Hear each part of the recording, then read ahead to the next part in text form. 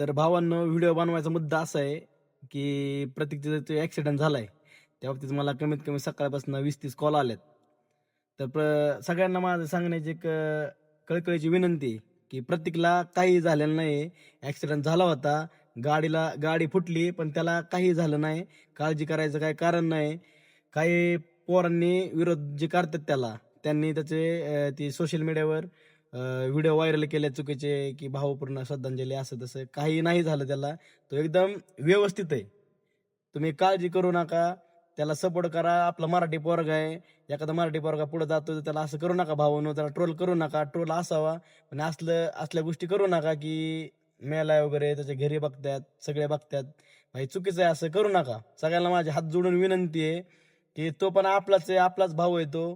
त्याच्या बाबतीत असं करू नका. उद्या तुमच्या भावासोबत बी असं घडेल.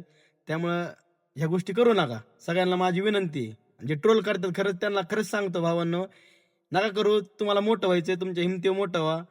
याचं त्याचं नाव घेऊन, याचं त्याचं हे हे करून काय होत नसतं. लय काळ टिकत नाही ती.